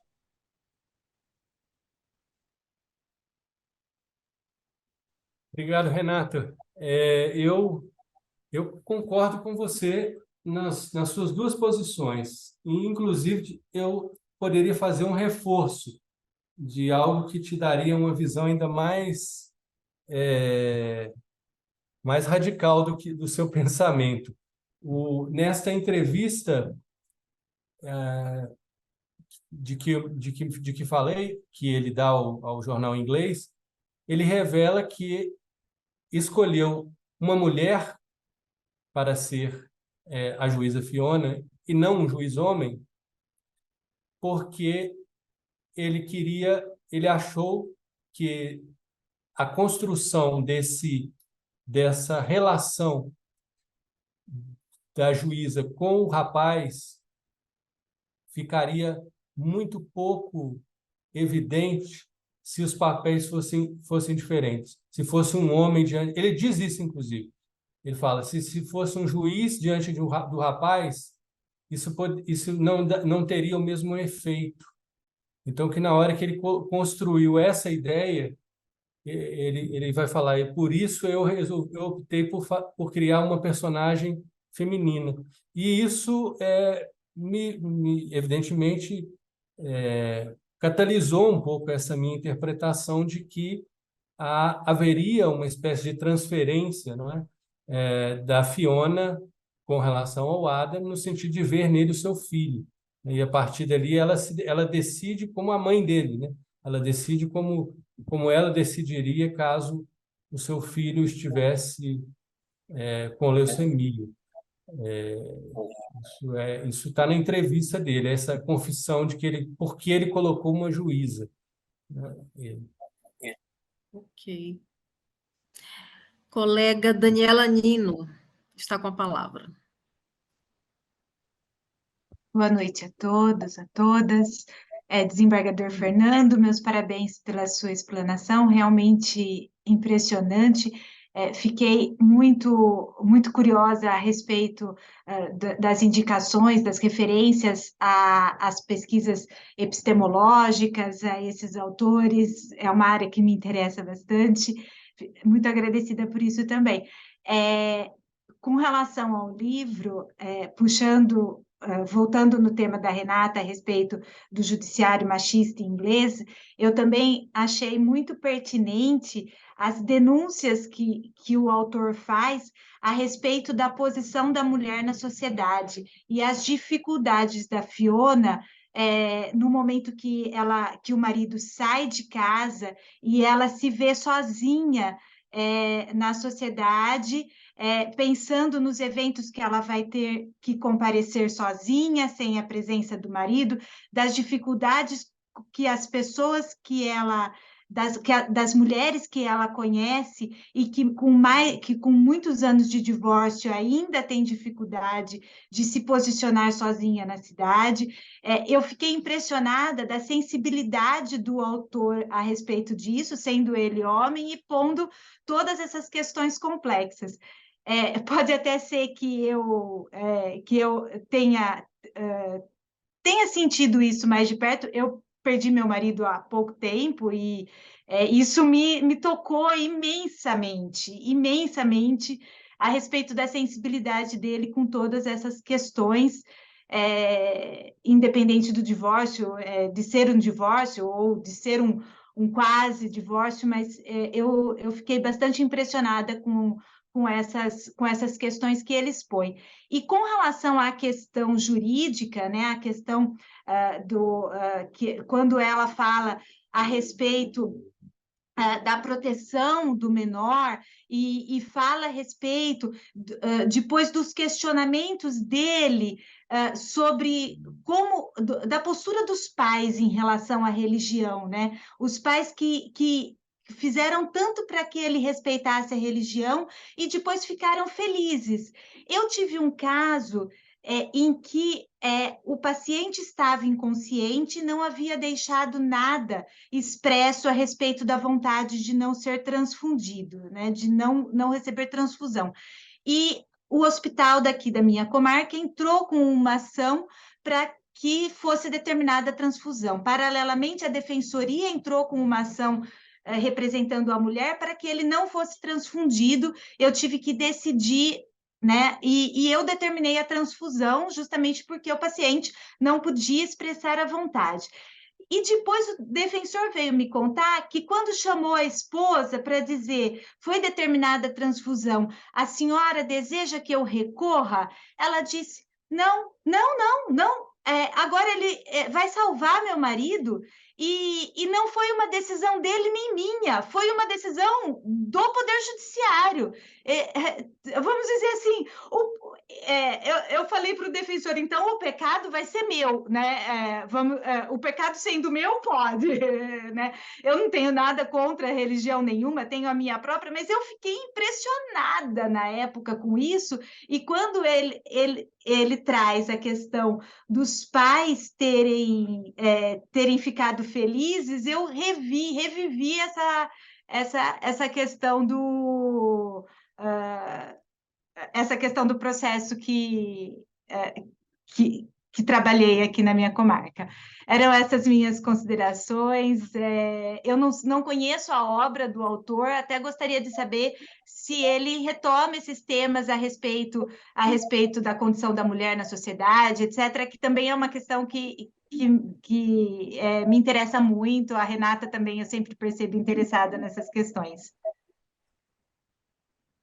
Muito Obrigado, obrigada. Daniela. Obrigado pelas considerações. É interessante, assim, eu fico percebendo que essa questão do, do falar do machismo ou do excesso de formalismo, talvez McEwen tenha tentado, de certa forma, refletir um pouco a vivência local, a vivência do judiciário inglês, que, de certa forma, é bastante conservador mesmo, não é?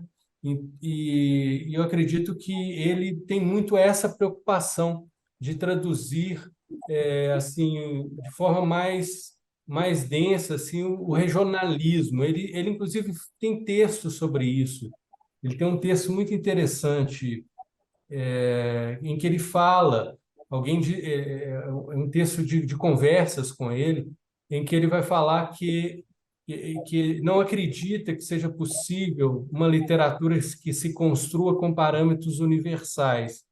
Quem quiser falar do universal tem que sempre mergulhar de forma mais profunda na regionalidade, tentar falar com mais proximidade possível do mundo que lhe circunda.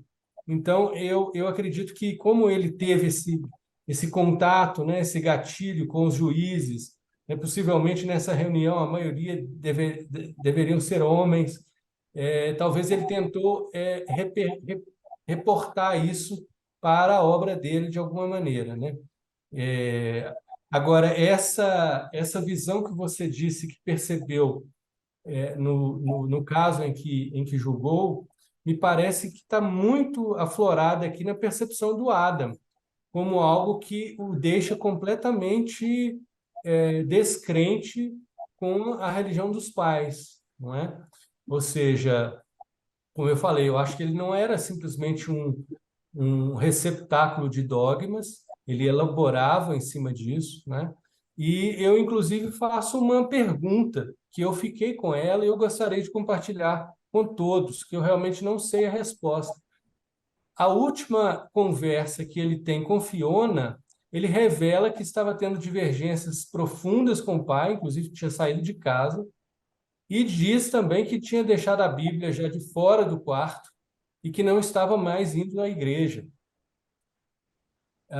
E aí a leucemia volta e ele decide não fazer a transfusão. Ele já com 18 anos, né?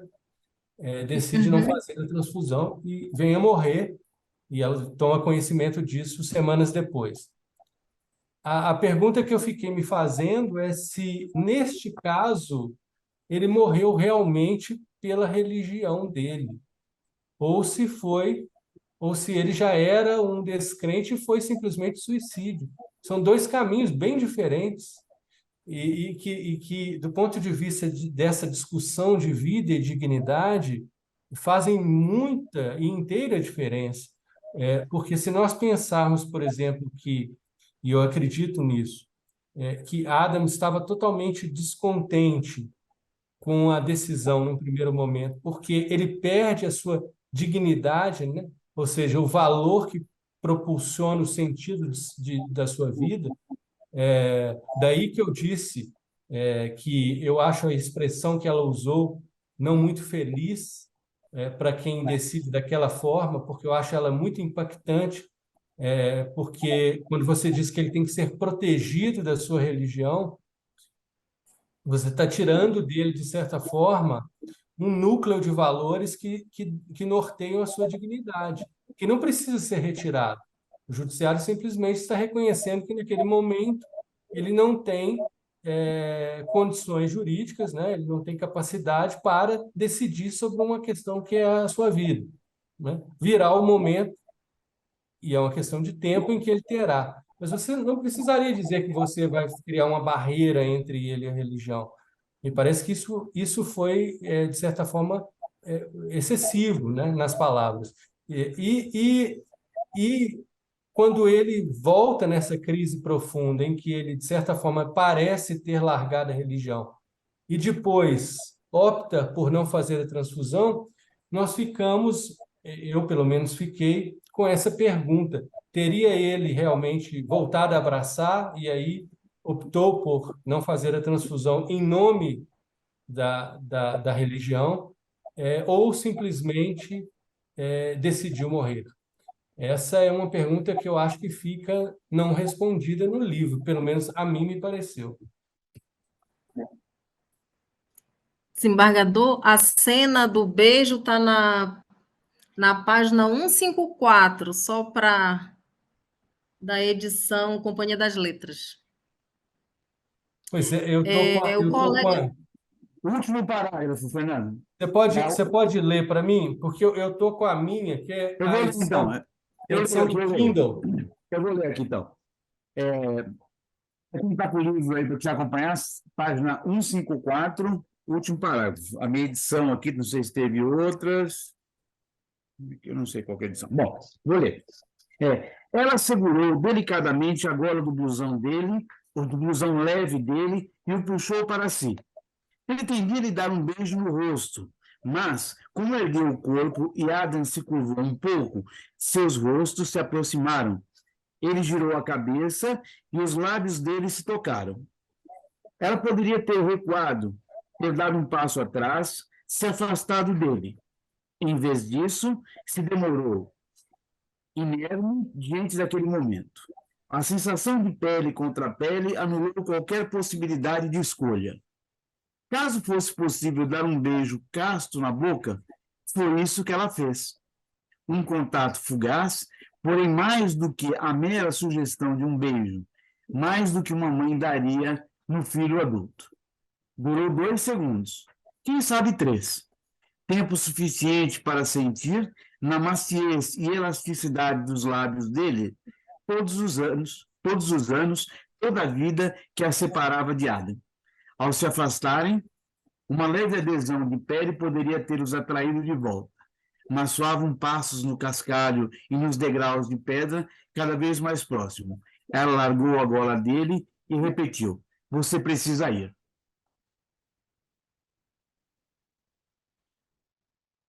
Ok. Realmente assim. Há um simbolismo maternal, né? Aproveitando que ele levantou a Mas mão, eu parece acho que que ali foi ela tinha a opção de...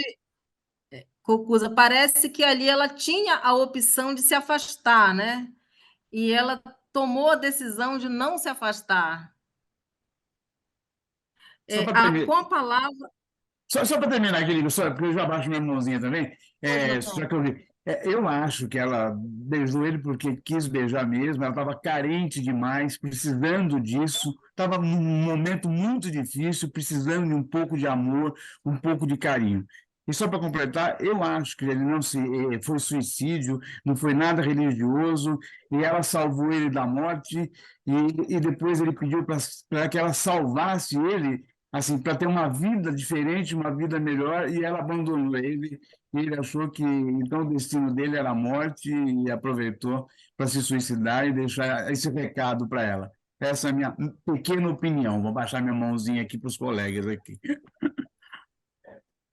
Com a palavra o colega Jorge Frias. Boa noite a todos. Eu também cumprimento o nosso palestrante aí, o desembargador, que falou bastante, mas teria muita coisa ainda para dizer e o tempo não permitiu. Mas aproveitando para não ser muito prolixo, eu gostaria de... Faz tempo que eu já não participo do grupo, que eu tive umas viagens aí, para dar as boas-vindas ao Clementim, que eu vi que está aí de volta ao nosso grupo, né? Mas sobre o livro especificamente, eu diria que eu fiquei no começo, gostei muito do livro como um todo, claro, mas fiquei assim, de certa maneira, não é contente, mas fiquei achando que, relatando aquelas mazelas que ele relata da justiça inglesa, falei, não somos só nós que cometemos os erros, né? Mas depois, o que me chama a atenção no livro é o fato de a Fiona decidir pessoalmente as suas causas. Embora ela esteja envolvida com muitos processos e faz com que ela se afaste, de certa maneira, do seu marido por isso, por essa sua dedicação, a gente percebe que é ela pessoalmente que decide. Ela tem um secretário lá que organiza a citação das partes, organiza a audiência, mas é ela que enfrenta o processo pessoalmente, né? E eu tenho receio de dizer isso, mas para a gente pensar um pouco na nossa realidade aqui do Brasil, né? Eu me aposentei já faz alguns anos, justamente quando eu vi que, depois que o CNJ impôs algumas metas para a gente cumprir de decisão, eu vi que não conseguiria cumprir pessoalmente e fazer a justiça que eu achava para cada caso que me era apresentado. Acabei aposentando por isso.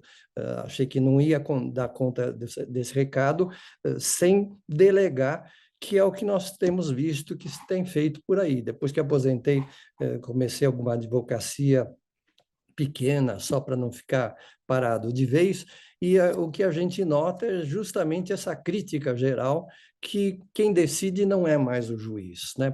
E não é uma crítica ao juiz que eu faço, é uma crítica ao sistema. Nós não conseguimos dar conta desse volume astronômico de processo que estão na nossa mesa. Será que é essa a justiça que a gente quer?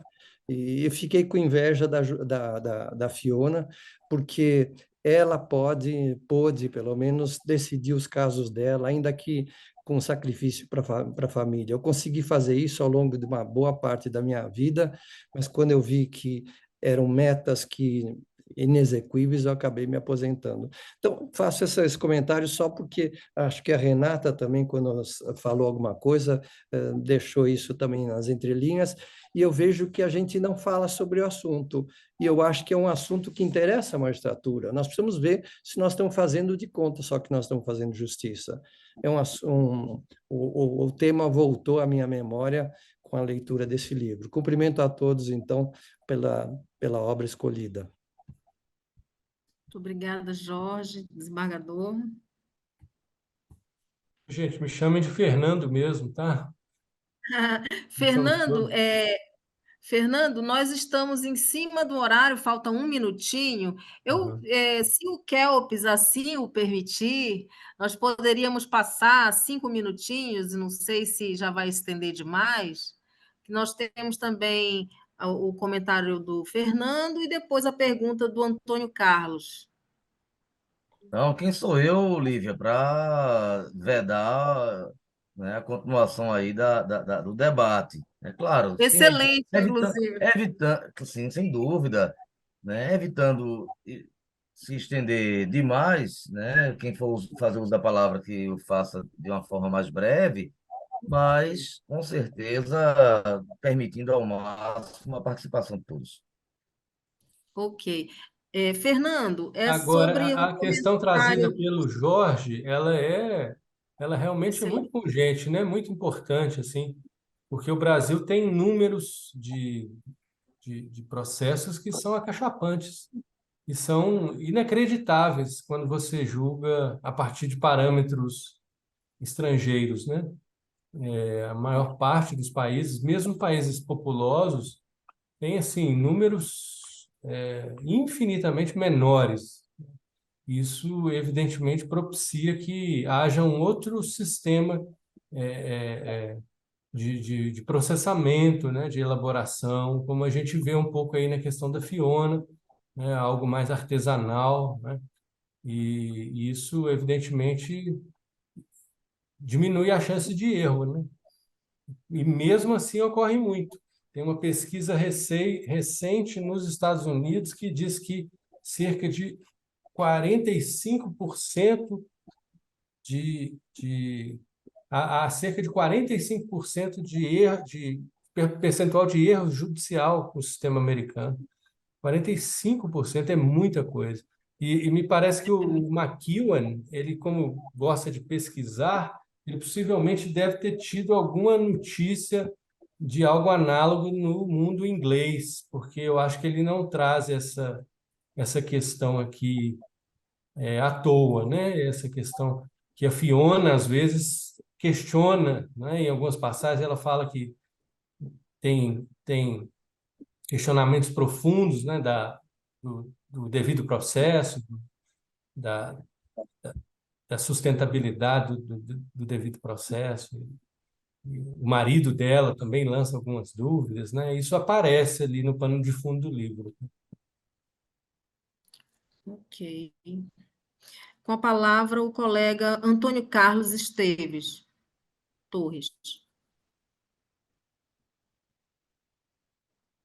Você pode ativar seu áudio, Prometo, Antônio? Ok. exatamente, prometo que serei muito breve, porque eu já sei que o nosso tempo está esgotando. Mas eu mostrei umas 2 vezes esse livro que todos nós lemos. Aqui chamou-se nós, os advogados, os juízes que falam, mas eu li no original e notei que faltou alguma coisa em alguma tradução, que é a ironia. O livro é basicamente irônico. Bom, o fato é o seguinte, é que o beijo de Jesus, o beijo da prostituta que não beija na boca, é proibido a prostituta beijar na boca, o beijo do blow-up, são todos eles reveladores de uma situação constrangedora, que arrebenta como se fosse uma bomba, no caso de Fiona.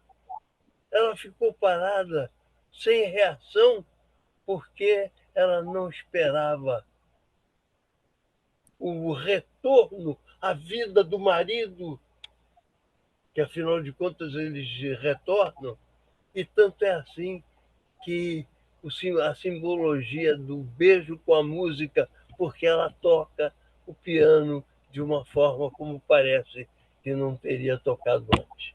Eu queria fazer essas observações, só essas, e agradecer a este momento importante para todos nós. Importante, meu caro Fernando, ouviu a sua observação e eu deixei as minhas como a confissão de que tradutore, traditore. O fato é que eu prefiro ler no original, desculpem a menção, eu posso ler no original, mas não encontrei o original. Sei lá o que foi que houve, eu não encontrei o original. Mas eu queria deixar essas 2 observações sobre o beijo no asfalto, o beijo de Jesus, o beijo de blow-up. Todos eles são reveladores. Muito obrigado. Obrigada a você, Antônio Carlos. Com a palavra, o Fernando. Acho que não temos mais perguntas, né? Obrigado, Antônio. Muito interessante aí o seu comentário. Vou agregar as minhas reflexões sobre o livro. Obrigado. Obrigado. Fernando, eu estou aqui, eu acho que teríamos todos nós muitas indagações a fazer, mas em razão do horário, gostaria de parabenizá-lo como palestrante esta noite. O livro, a obra, o autor, tudo é fascinante. A palestra foi maravilhosa, parabéns. E fico muito contente da participação dos colegas hoje. E, e nós estamos já há mais de 2 anos, né, Kelps, no Clube de Leitura, com o Kelps e tantos outros colegas trabalhando com muito afinco, Clementim, para que todos os meses nós consigamos avançar, ler mais uma obra e, na última quarta-feira de cada mês, aprofundarmos ainda mais essa leitura com uma palestra maravilhosa como a desta noite. Então, parabéns, Fernando. Eu tomo a liberdade de lhe convidar para muitas outras palestras, né? Fique à vontade, tanto para vir nos agraciar, quanto para participar do clube, né? Como integrante. Desculpe, Lívia, rapidamente, menos de 3 segundos. Estamos todos de parabéns, tanto o Fernando quanto nós. E estamos Verdade. repetindo aqui o valor do beijo, o beijo trocado. Muito obrigada. Eu passo a palavra, só lembrando também que o nosso próximo encontro será no mês que vem, na última quarta-feira, dia 25 de outubro, e a obra será O Menino do Pijama Listrado, de John Boyne, eu não sei pronunciar, Boyne, com a palavra o colega Campos. Bom, é isso, Lívia. Agradeço aí pela sua mediação, agradeço a todos os colegas, e agradeço em especial ao Fernando Armando Ribeiro, que muito gentilmente não apenas veio hoje nos trazer a sua brilhante explanação a respeito da obra que foi estudada, como também por ter nos passado uma lista bastante interessante que vai ser levada em consideração na nossa próxima definição das obras a serem escolhidas, né? Nós vamos avaliar, né, o enquadramento delas para poder incluir, claro, a lista foi extensa, mas algumas daquelas obras, com certeza, nós vamos incluir na nossa programação dos próximos meses, né? No caso do primeiro semestre do próximo ano, que até dezembro já temos a nossa programação fechada. E, no mais, agradecer a todos pela presença e Licença, vamos doutor Kelps. divulgar. Pois não, Sara, Licença, a desculpe foto, né? interrompê-lo. Isso, a A foto, velha e se boa todos foto puderem, aí. todos puderem abrir Puder a ligar aí as câmera para a gente câmeras tirar um para print. poder sairmos na foto aí para divulgação do evento. Posso tirar? Sim.